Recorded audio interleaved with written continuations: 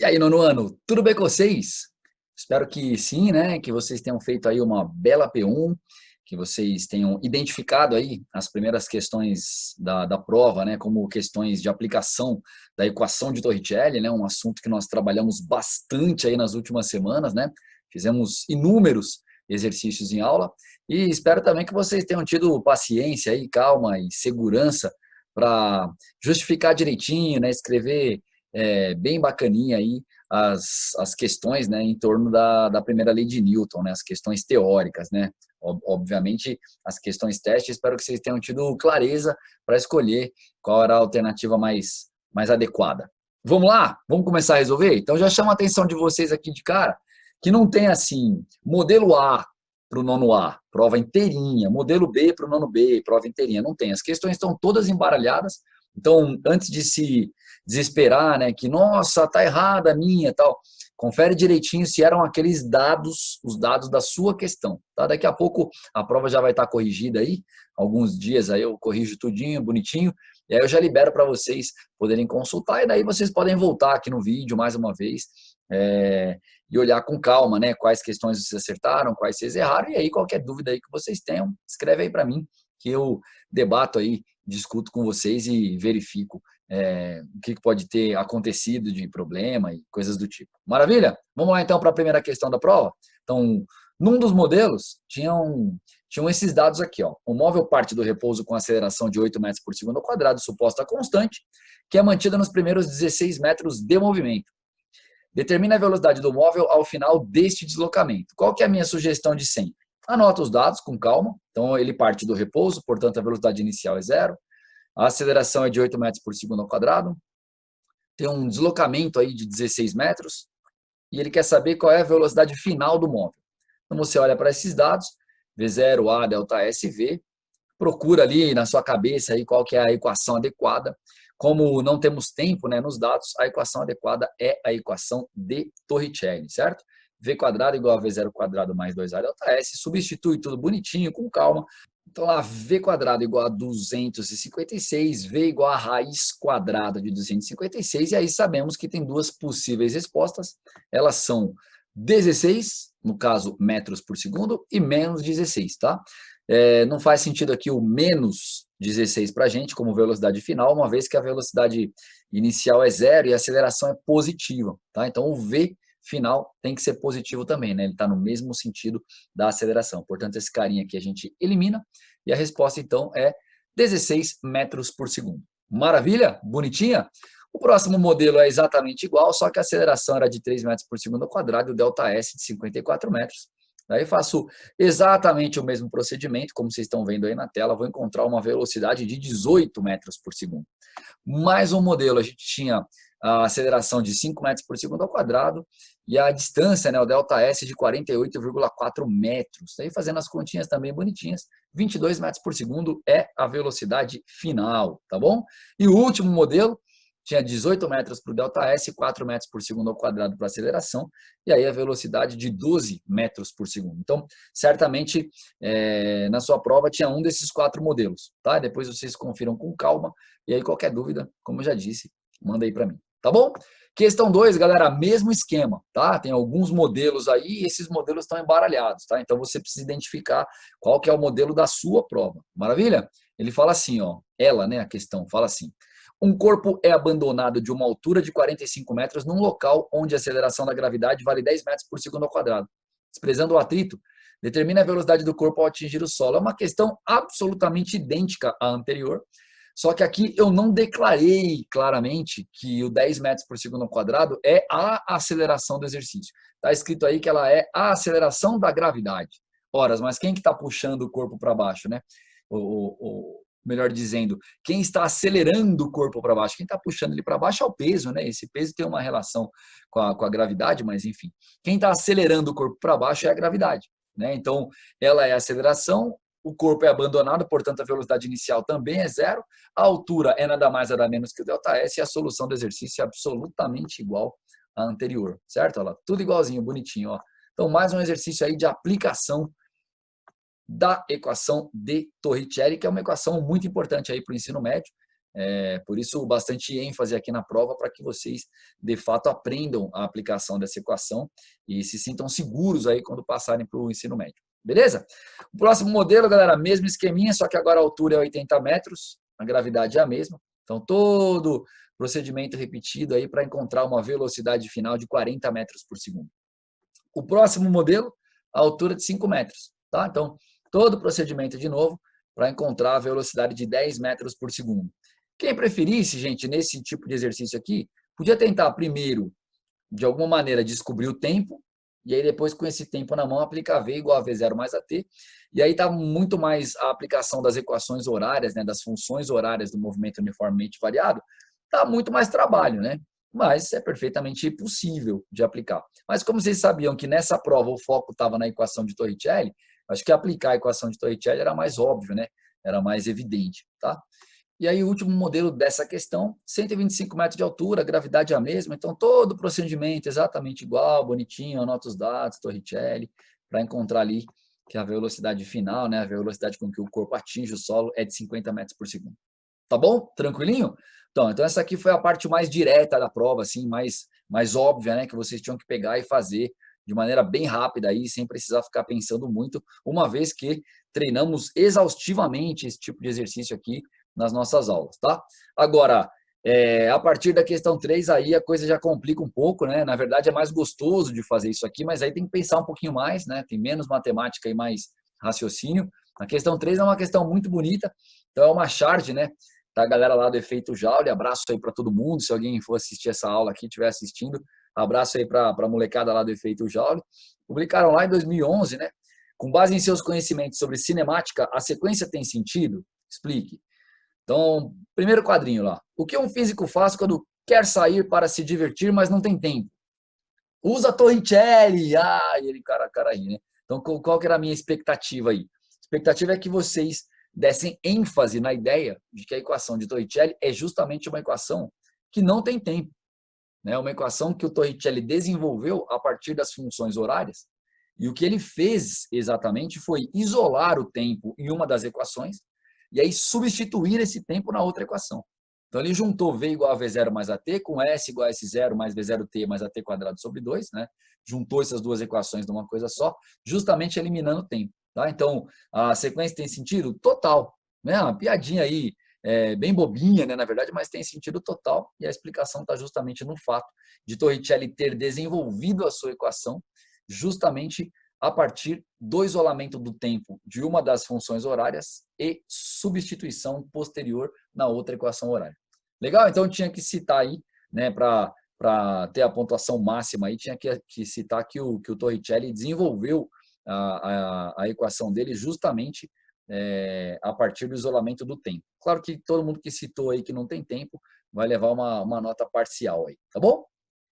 Questão 4. A imagem desta questão mostra um piloto que acabara de colidir contra o muro de pneus após perder o contato de sua moto. Meu Deus, né, gente? Assustadora a imagem, né? 3 estudantes do 9º ano se preparando para a P1 de Física deste segundo semestre elaboram as seguintes explicações para o ocorrido. Estudante A. Após a colisão, a moto parou, mas o piloto seguiu com praticamente a mesma velocidade que ele tinha imediatamente antes.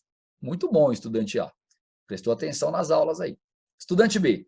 Após se chocar contra os pneus, a moto impulsionou o piloto para frente. Uma das maiores bobagens aí que se fala, né, em torno das leis de Newton, né? A moto não pode ter impulsionado, né, gente? Porque justamente a moto parou, né? Quando bateu nos pneus. Então, como é que ela ia parar e, ao mesmo tempo, impulsionar o piloto para frente? Então, o estudante B realmente não prestou muita atenção nas aulas. Estudante C. Devido à elasticidade dos pneus, a colisão impulsiona o piloto para frente, fazendo-o ganhar velocidade. O C e o B são bem parecidos, né, gente? Igualmente errados, tá? Então, o C também está errado. Você concorda com algum ou alguns estudantes ou estudantes? Se sim, com qual? Justifique utilizando princípios físicos. Sim, concordo com o estudante A. Né? E por que eu concordo com o estudante A? Porque é exatamente isso que prevê o princípio da inércia. A moto parou, mas o piloto não. O piloto não tem uma força atuando sobre ele, né? Por exemplo, não tem um cinto de segurança. Então, qual é a tendência de um corpo que tem sobre ele força resultante nula? Ou praticamente nula. A tendência desse corpo é seguir o seu movimento de forma retilínea e uniforme. Claro, a trajetória do piloto, né, gente, não é exatamente retilínea, né? Ela sofre ali algumas alterações de direção. Mas isso porque o piloto está segurando no guidão, porque ele está encostado, o pé dele está encostado no pezinho da moto. Mas o movimento vertical dele, a gente pode considerar que é sim praticamente uniforme, por isso que ele segue com aquela velocidade, tá bom? Então essa aí é a explicação para este exercício. Tem que ter citado a primeira lei de Newton e tem que ter citado que, como praticamente a resultante sobre ele é zero, então ele segue com o mesmo movimento que ele tinha antes. Quem citou essas coisas levou a pontuação máxima do exercício. Quem esqueceu de citar alguma vai levar aí certamente uma pontuação parcial. Tá? E quem acabou concordando com outro estudante, aí infelizmente não tem pontuação nenhuma nesse exercício. Beleza? Bora? Vamos então para a questão 5 da prova, gente. Questãozinha teste, né? Praticamente a mesma aí que nós trabalhamos nas aulas dessa semana, né? Então, complete a frase a seguir. Quando a força tananã, sobre um corpo é igual a tananã, qualquer corpo tende a permanecer em tananã, ou em movimento retilíneo e tananã. Assinale a alternativa que complete as lacunas corretamente. Então, vamos lembrar lá a definição, né, da primeira lei de Newton, né, o princípio da inércia. Mais ou menos assim, ó. Quando a força resultante sobre um corpo é igual a zero, qualquer corpo tende a permanecer em repouso ou em movimento retilíneo e uniforme. Portanto, resultante, zero, repouso e uniforme, alternativa C. Não se desespere se na sua prova a alternativa não era C, ou se a frase estava embaralhada, tá? Mais importante é a ideia. Os modelos diferentes aí de provas tinham pequenas alterações, tá bom? Mas a ideia basicamente é essa, falar que quando a resultante é zero, o corpo está ou em repouso ou em movimento retilíneo uniforme. Questão 6. Mais um testezinho, e esse testezinho aqui especificamente estava no form dessa semana. Minha sugestão nas aulas era para que vocês tivessem mexido lá logo nele, né? Para já usar como uma mini revisão, aí dar uma estudadinha, responder com calma, pensar um pouquinho, e isso já ajudaria um pouco aí vocês a responderem essa questão. A questão que estava lá no Forms era uma questão dissertativa, né? Não era uma questão teste, mas é uma adaptação dessa ou vice-versa. Na imagem desta questão, observamos um motorista que pisa no freio e acaba batendo com a cabeça no painel do carro. 3 pessoas dão as seguintes explicações para o fato. Primeira pessoa. O carro foi freado e, por estar sem cinto de segurança, o passageiro continuou em movimento. Me parece bastante bem esclarecida essa primeira pessoa aí. Tá certinha. 2, né, segunda pessoa. O banco do carro empurrou a pessoa para frente no instante da frenagem. Tremenda bobagem, né? Parece aquela da moto, né, gente? Mesmo esqueminha, né? Terceira pessoa, o passageiro só continuou em movimento porque a velocidade era alta e o carro freou bruscamente. Não, né? O fato da velocidade ser alta facilita um pouco a gente observar, né? Mas com velocidade baixa ou com velocidade alta, a primeira lei de Newton vale do mesmo jeito, né? Não tem uma restrição para a primeira lei, né? A partir de tal velocidade funciona e antes de tal velocidade não funciona. Só fica mais fácil de observar quanto maior for a velocidade. Então, a terceira pessoa também discordo dela. Podemos concordar com somente a primeira pessoa, a alternativa B. Belezinha? E a última questão da prova, questãozinha 7, né, valia 20 pontos, foi uma questão que também trabalhamos em aula. Todas as turmas tiveram dúvida na nossa tarefa, lá no exercício 2, né, que era aquele exercício que você tinha um objeto preso numa linha, e daí a gente girava esse objeto num plano horizontal. E aí, para tratar aquele exercício com mais detalhe, né, com mais profundidade, eu mostrei para vocês um GIF, né? Na verdade era um vídeo, né? Um videozinho sobre essa experiência aqui do aro, né? Do aro e da bolinha, tá? A gente discutiu na aula, espero que vocês tenham lembrado e principalmente tenham tido calma para poder escrever uma resposta legal, uma resposta organizada, uma resposta fisicamente correta e completa, tá? Na sequência de figuras da imagem dessa questão, observamos um experimento extremamente importante para estudarmos leis de Newton, tá bom? Então tem aqui o aro, certo? Ó. Aí tem 3 latinhas e tem uma pessoa que vai jogar a bolinha aqui. Então ela já jogou, aí a bolinha vai dar a volta e vai chegar aqui. certo? Bem aqui vocês observam que o aro está cortado, tá? E como o aro está cortado, eu quero saber o que vai acontecer com a bolinha. Então aqui está a explicação do que eu acabei de falar, né? O experimento consiste em arremessar uma pequena bola circundada por um aro metálico que foi recortado em determinado trecho. Observe com atenção. Na figura 1, a pessoa está prestes a arremessar a bolinha, que na figura 2 já está bem próxima de atingir esse trecho, né, recortado. 3 pequenas latas, 1, 2 e 3 da esquerda para a direita, são colocadas para verificar a trajetória da bolinha.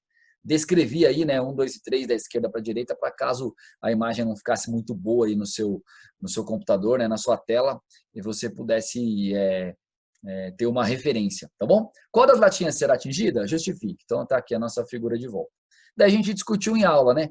Quando o aro é recortado e a bolinha chega nesse ponto, a única força que está aprendendo na trajetória circular, que a está fazendo fazer uma curva, é a força de contato entre ela e o aro. Se a bolinha perder essa força, ainda vai ter sobre ela duas forças, que a gente não estudou ainda, que são a força peso e a força normal.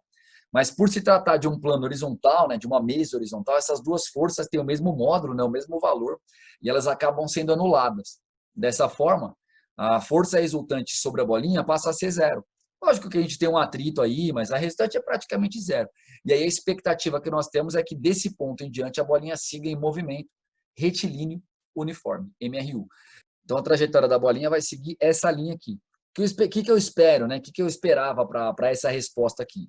Primeiro, que vocês dissessem que a bolinha perde essa força de contato e que ao perdê-la, a resultante sobre ela é praticamente zero. Claro que se você escreveu que é zero, eu vou considerar. Deste ponto em diante, então, o movimento da bolinha tem que ser retilíneo e uniforme, ou praticamente retilíneo e uniforme, tá? E assim, eu concluo que a trajetória que a bolinha seguir é a trajetória 2. Certo, gente? Bom, qualquer dúvida aí, é só escrever para mim, é só falar comigo aí nas aulas e eu esclareço para vocês. De novo, espero que vocês usem bem esse vídeo, guardem o link aí com atenção, tanto o pessoal que não ficou de REC, espero que seja a imensa maioria, né? Quanto o pessoal que está de REC vai acabar precisando dele, tá? O primeiro grupo aí, digamos, para revisar a matéria quando for necessário, e o segundo grupo para já começar a pensar em fazer uma correção da prova, bem bonitinha, bem calma, escrever as soluções com base naquilo que eu falei, para tentar pensar, e aí sim, depois ter aula aí de recuperação paralela e poder fazer uma bela prova para a gente poder seguir o ano da melhor maneira possível. Tá bom? Então é isso aí, espero que vocês tenham curtido aí. Não esquece de se inscrever no canal, deixa um joinha aí no vídeo para ajudar o canal também. Se inscreve para receber as notificações de vídeos novos. Sempre tem material novo aí disponível para vocês. Beijo para todo mundo. Bom resto de semana de provas aí. Fui.